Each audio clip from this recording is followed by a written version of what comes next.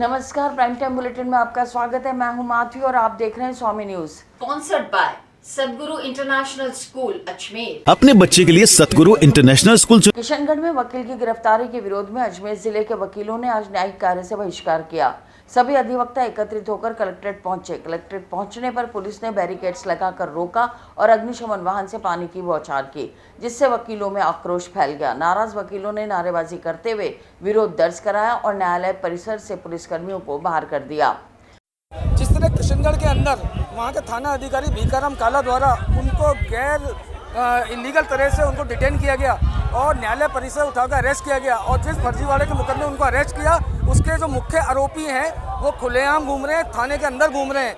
Notary public को जानबूझ के टारगेट करते हुए उनको अरेस्ट किया गया जब 2 दिन की छुट्टी थी ताकि वो जेल चले जाए। इस तरह की उनकी मानसिकता लेके गए। इसको लेके वकील समुदाय में बहुत तगड़ा रोष है।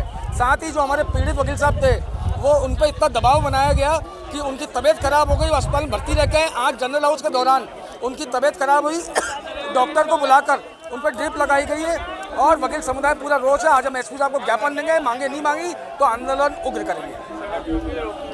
यहाँ से इकट्ठे होकर हम लोग जा रहे हैं, वकीलों में रोष है, पूरे वकील समुदाय एक है, सब आ गए इकट्ठे होकर हम लोग एसपी साहब को ज्ञापन देने जा रहे हैं। प्रशांत यादव एडवोकेट। इस बात की हम बार काउंसिल राजस्थान और समस्त बारों को इसकी सूचना देंगे और जिस प्रकार से इन्होंने जो लाठी चार्ज और जो वाटर कैनन का जो उपयोग किया, जिस प्रकार अपराधियों के साथ सलूक किया गया वैसे अधिवक्ताओं के साथ सलूक किया, हम इसकी घोर निंदा करते हैं और बार काउंसिल राजस्थान और समस्त बारों को भी इसकी सूचना देकर आगे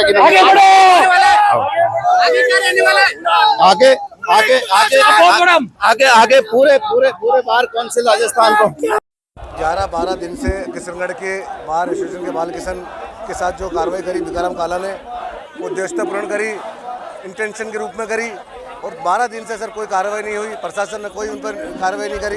उसको लेकर के अजमेर बार एसोसिएशन आज एसपी साहब का ज्ञापन देने जा रहा है, धरना प्रदर्शन कर रहा है और अगर भीकाराम काला जी पर कार्रवाई नहीं होती है तो वकील एकता ऐसा आंदोलन करी, इससे समझ जिम्मेदारी प्रशासन की होगी। डॉक्टर सुनील आरस, सचिव।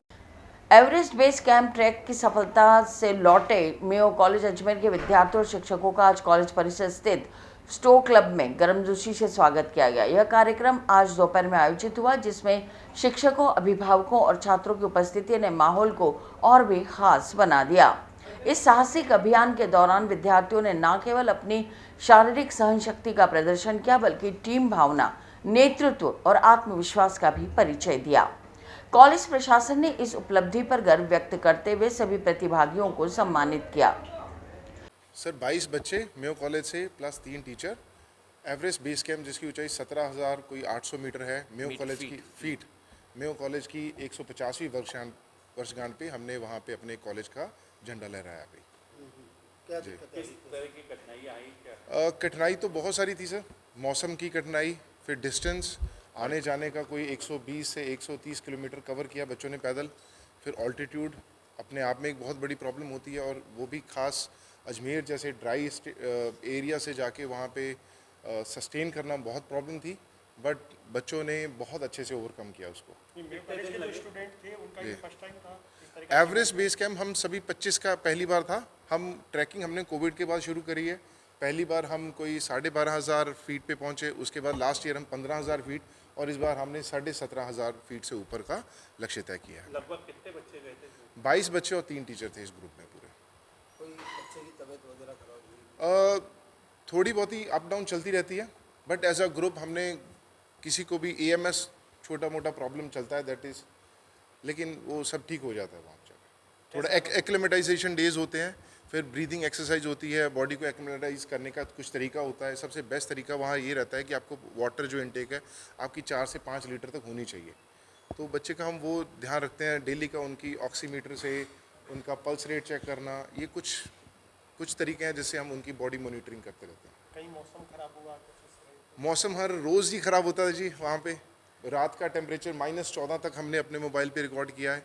फिर स्नोफॉल, रेनफॉल बहुत आम चीज़ है। जब आप कुदरत की गोद में होते हो 4,000-5,000 मीटर के ऊपर, तो आप बिल्कुल कुदरत के रास्ते से ही चलते हो। आपका परिचय? मेरा नाम मोहित कुमार है जी, मैं ज्योग्राफी विभाग से हूँ और यहाँ पे कुछ 5 वर्षों से यहाँ काम कर रहा हूँ, प्लस मैं जो माउंटेनिंग और ट्रैकिंग सोसाइटी में इंचार्ज भी हूँ सर। और मेरे साथ ये जांगड़ा सर हैं, स्क्वाश टीचर हैं, और मिस्टर जितेंद्र सिंह चौहान हैं, ये फिजिकल एजुकेशन के टीचर हैं जी। हाँ बेटा, अब बेस तक पहुँचे, हम माउंट एवरेस्ट बेस कैंप तक गए थे। हम 22 बच्चे थे और 3 टीचर थे हमारे साथ। हमने वहाँ बहुत कुछ देखा, सुंदर पहाड़, ख़तरनाक रास्ते, और हम यही कहना चाहेंगे कि ऐसी चीज़ हमें हमारे पेरेंट्स ने और हमारी स्कूल ने जाने का मौका दिया। हम बहुत खुश। स्कूल की तरफ से और मौका मिलेगा फिर जाएंगे? हाँ, ज़रूर जाएंगे। जैसे हम अगले साल किलिमंजारो जाएंगे। अफ्रीका की हाईएस्ट पीक है वो, तो अगला वही मौका। वहाँ से क्या संदेश लेके आए, किस तरह से कि कचरा नहीं फेंकना है? कचरा वहाँ पे एक बहुत बड़ा अभियान चल रहा है, उसमें बोला जाता है कि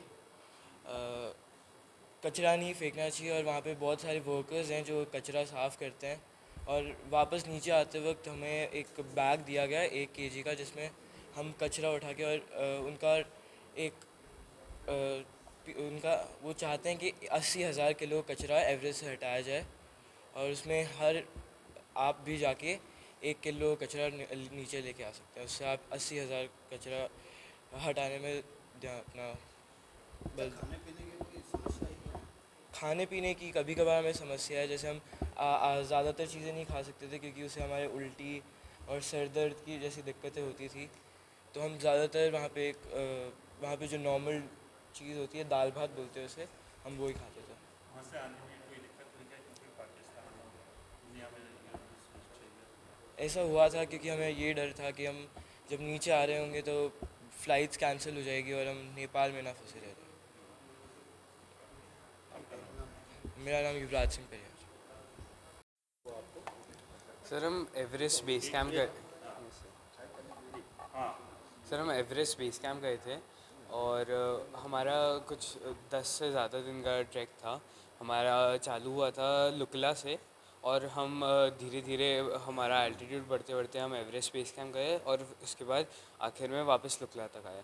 और काफ़ी अच्छा ट्रैक था, और मतलब मज़ा भी बहुत आया, और हमारे जो टीचर्स हमारे साथ थे उन्होंने हमको सपोर्ट भी किया। हमारे ग्रुप के साथ बहुत मज़ा आया, और हमारे दोस्तों ने एक दूसरे को सपोर्ट भी किया। दिक्कतें भी हुई, हेडेक हुआ, स्नोफॉल वगैरह हुई, पर हमने सारी कठिनाइयाँ मतलब एज अ ग्रुप फेस की, और हमारा ट्रैक बहुत ही अच्छा गया। इससे भी ज़्यादा ऊंचाई पर जो लोग जा चुके हैं, जिनका नाम इतिहास में दर्ज है, आप भी वहाँ पहुँचे, आपको कैसा लगा? उससे नीचे गए, जहाँ भी गए आप, और आगे भी आपके क्या उसमें आपके प्रयास रहेंगे कि आप आगे और कहाँ जाना चाहिए? सर हम आगे तो और भी, जैसे हम K2 मतलब मैं तो K2 पीक जाना चाहूँगा, मैं एवरेस्ट की पीक जाना चाहूँगा, और मैं और भी काफ़ी सारे पहाड़ हैं जैसे जो 14 पीक्स हैं उनकी पीक्स करना चाहूँगा, जो बहुत ही कठिन है। और जब हम एवरेस्ट बेस कैंप जा रहे थे तो एक दिन हम एक मेमोरियल वाले रास्ते से गुजरे थे। वहाँ पे सारे लोग जो एवरेस्ट से नीचे उतरते समय जिनकी मृत्यु हो गई, उनके वहाँ पे रिकॉर्ड्स वगैरह लिखे हुए थे। उनको पढ़ के हमको मतलब लग रहा था कि एवरेस्ट बेस कैंप तो हमारे लेवल पे फिर भी ठीक है, पर जो एवरेस्ट पीक करके आए हैं और उनके जो रिकॉर्ड्स हैं उनके सामने ये एवरेस्ट बेस कैंप कुछ भी नहीं। नाम बताओ आप। मेरा नाम अभिजात सोनी है। तक आप पहुँचे, इससे पहले कभी ट्रैकिंग की थी आपने? एवरेस्ट बेस कैंप के पहले भी हमने पिछले 2 सालों में 2 ट्रैक किए हैं, एक था केदारकंठा और एक था रूपकुंड।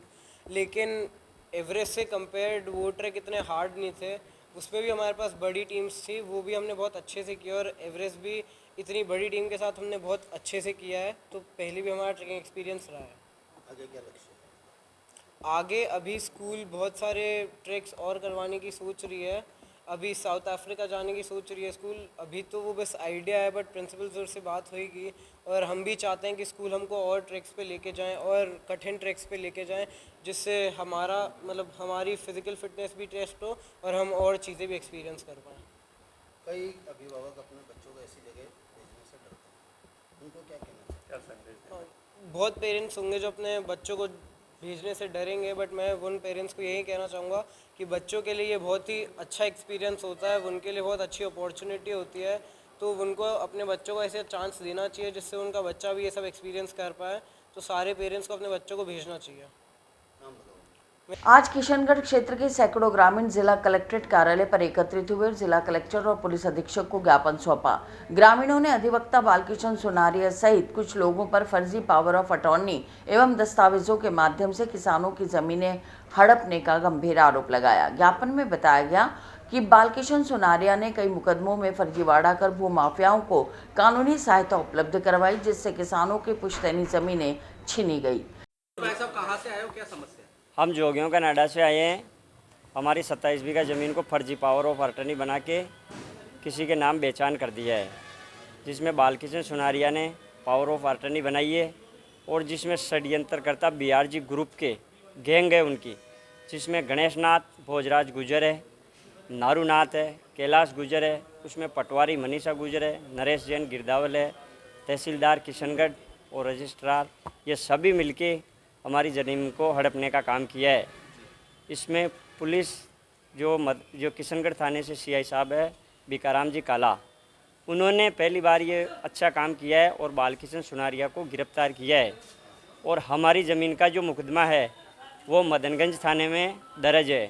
FIR नंबर 319 है और एक FIR नंबर 320 है, जिसमें एक FIR में एक गवाह कैलाश गुजर जो गिरफ्तार हुआ है, बाकी मुजरिम अभी तक गिरफ्तार नहीं हुए हैं।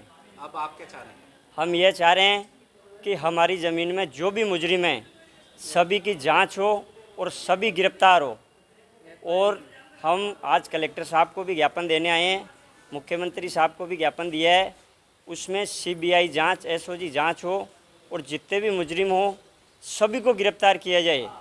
और हमारी जगह फर्जी कोई भी आदमी बना है उनको कोर्ट के अंदर ला के पेश करे कि वो फर्जी आदमी कौन है। हमारे खातेदारों की जगह जो फर्जी आदमी बना है, जो अंगूठा लगाया है, उन आदमियों को बालकिशन सुनारिया और ये गैंग के लोगों से पूछताछ करे कि ये आदमी कौन है। जिसमें हमारे 2 खातेदार तो मर चुके हैं, एक को 13 साल हो गए, एक को 10 साल हो गए, जिनका नाम उगमानाथ है, एक का उनको 13 साल मरे हुए हो गए। लगातार वकील भी इसको लेकर के धरने और हड़ताल पे चल रहे हैं। वकील झूठी हड़ताल कर रहे हैं, गलत हड़ताल कर रहे हैं। वकीलों का न्याय दिलाने का काम है, तो वकील न्याय की तरफ जाए, झूठी हड़ताल नहीं करे, गरीब लोगों को परेशान नहीं करे, ये हमारा कहना है। हाँ जी, कालाराम जी के विरोध में भी। हाँ, कालाराम जी के विरोध में नहीं करना चाहिए वकीलों को। कालाराम जी CI साहब ने बहुत अच्छा काम किया है।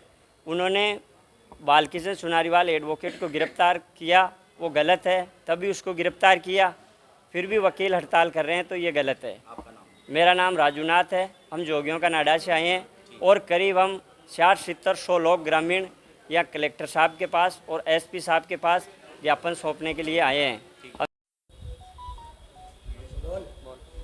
हाँ, हम इसलिए आए, हमारी ज़मीन को फर्जी पावर बना के बालकिशन सुनारिया ने और ज़मीन को दूसरी जगह बेचान कर दिया।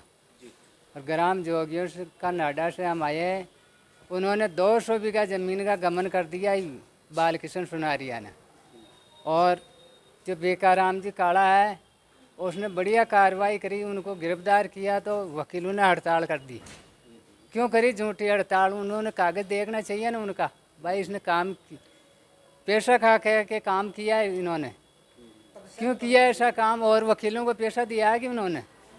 जब उल्टा काम किया तब कोई वकीलों ने पूछ के किया कि उन्होंने? हमारा कहना यही है कि उचित कार्रवाई है वो और गिरफ्तार होना चाहिए वो। जी, ये सुनारीवाल कौन है? वकील है, नोटरी पब्लिक है ये, इसलिए उनको ये नोटरी पब्लिक की डिग्री दी थी कि उनको उनके लोगों की ज़मीनों को हड़प लेवे। तो आप क्या मानते हैं कि पुलिस ने सही कार्रवाई करी? पुलिस ने बिल्कुल सही कार्रवाई करी है और बीकाराम काला जैसा होना चाहिए अफसर। ठीक है, आपका नाम? बिंजानाथ है हमारा नाम। केंद्र और राज्य सरकार के निर्देशानुसार अवैध रूप से भारत में रह रहे बांग्लादेशी नागरिकों के विरुद्ध चलाए जा रहे विशेष अभियान के तहत अजमेर जिला पुलिस द्वारा लगातार कार्रवाई की जा रही है। इस क्रम में पुलिस द्वारा पूर्व में भी अजमेर शहर के विभिन्न क्षेत्रों से कई बांग्लादेशी नागरिकों को दस्तयाब किया गया। इसी अभियान के तहत कल शाम को जिला पुलिस द्वारा 2 और बांग्लादेशी नागरिकों को गिरफ्तार किया गया।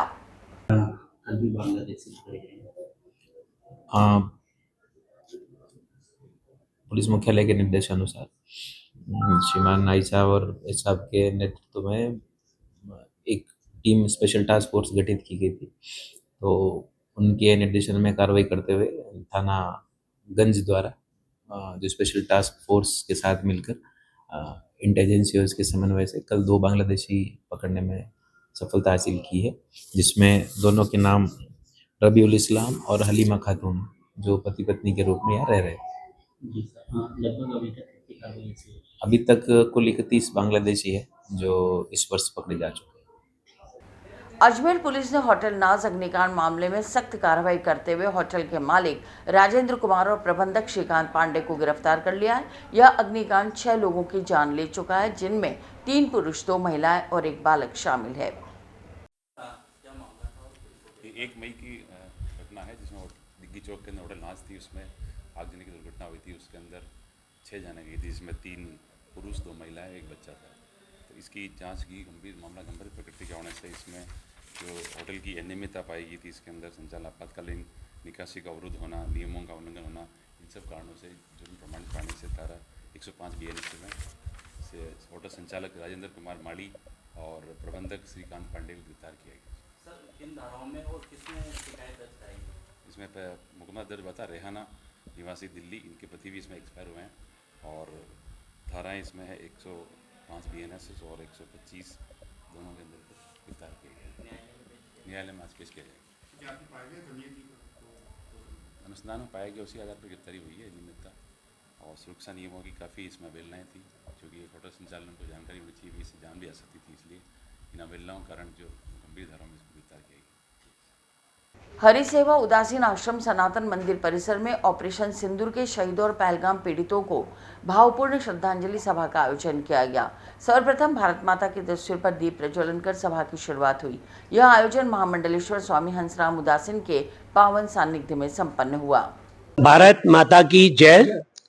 आज हरि सेवा उदासीन आश्रम में हरि सेवा संस्कृत शिक्षण प्रशिक्षण विद्यालय द्वारा आज भारत में जो ये ऑपरेशन सिंदूर हमारी तीनों सेनाओं ने पाक को जो ये एक कड़ा सबक सिखाया, उसके लिए बच्चों के अनुभव के लिए उनके लिए क्लास की और शहीदों को श्रद्धांजलि दी, इसलिए कि ये बच्चे होनार आगे देश के लिए, और उनसे ये संकल्प कराया और संकल्प दूसरों से भी वो करें जाकर कि भारत के लिए हमें राष्ट्र रक्षा के लिए तन मन धन से जब भी समर्पित होना पड़े तो हम लोग वो यहाँ पे सदैव तैयार रहेंगे। जब राष्ट्र रहेगा सुरक्षित तो हमारा धर्म भी सुरक्षित रहेगा।